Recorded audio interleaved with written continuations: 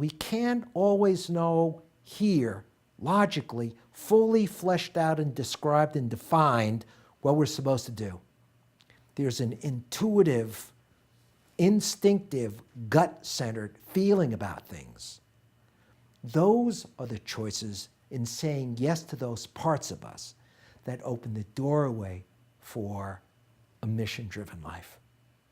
You can't construct it. You can't create all the safeguards and the financial stuff and making sure that it works, because it doesn't work like that. It's got to come from here and from here and from here. And if it doesn't, it's not going to be real.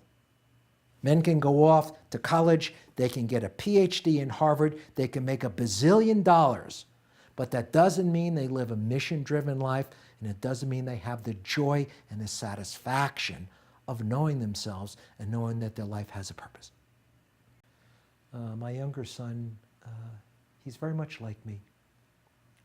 He would never language it like this, but he's a spiritual traveler. He's been here before. He's very powerful. And he's alone now, and he's in great pain.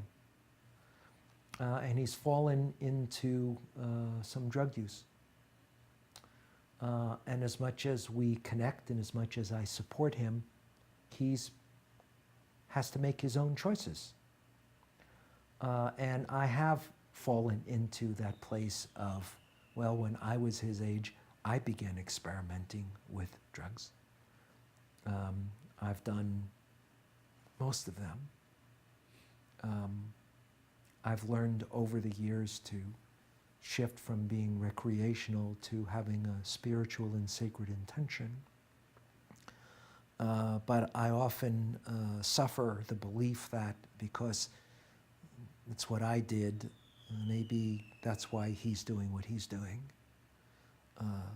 When I hold myself hostage to that belief, like I'm the cause of the struggle that he's going through, I suffer greatly and unnecessarily. He has his own life, he has his own trajectory. Have I given him some genetic material that may or may not be in relationship to his experimentation now? I have no idea. But I know how hard and scary and confusing it was for me when I was his age. Why should he be, any different? I'd rather see him go through this, and this is really hard for me to say. I'd rather see him go through this than be stuck inside a college getting A's to try to figure out what kind of slot he's going to work in the machine. Now that's my value. Clearly I'm not a corporate type. I've worked in that area before, and I think it eats men's souls, sadly.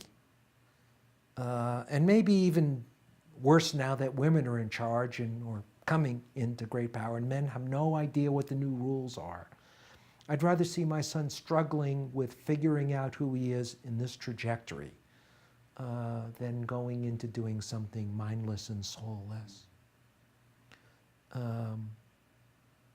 And it doesn't take away my heartache, particularly when I think I've worked for 30 years supporting men.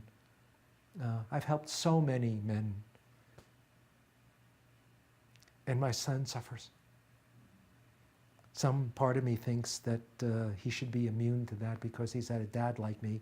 But the truth is that my wisdom and my love are not stronger than his own soul's trajectory. He's got to do what he's got to do.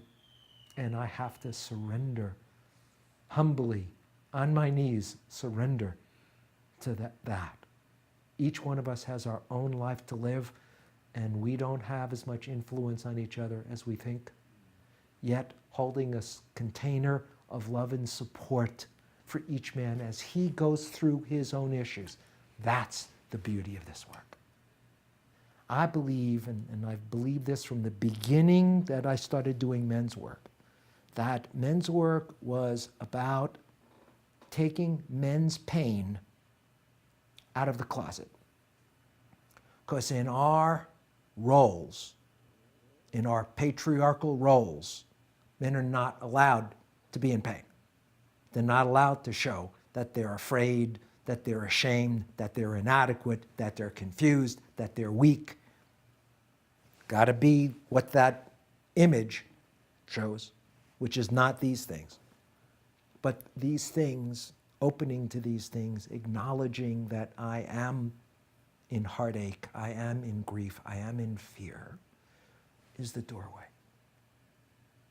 Because we come out of here with our old formulated pictures of what our life should look like. And we come down to where our life is really lived. And where our life is lived below the head, that's where our life becomes real. It's not real up here, it's real down here. Every element that challenges, asks me to challenge my beliefs, challenge my comfort, challenge my notion of who I think I am. Every opportunity to really examine that at a deeper level is a growth opportunity. It's, I heard an expression many years ago, go where you fear to go, and fear will go. Avoiding fear strengthens fear. Now, for a man to turn inside out that old program that says you're not supposed to be afraid, just to have a man come and sit in a circle and say, I'm afraid, is a liberating declaration. And it's the first time in his life that he feels safe enough to say, I'm afraid, to another man, without fear that he's going to be judged or rejected or abandoned or made fun of, that we make it safe for men to be vulnerable. Our circles are safe places for men to be vulnerable and take a more honest look at what their life is really like. And that's a great starting point.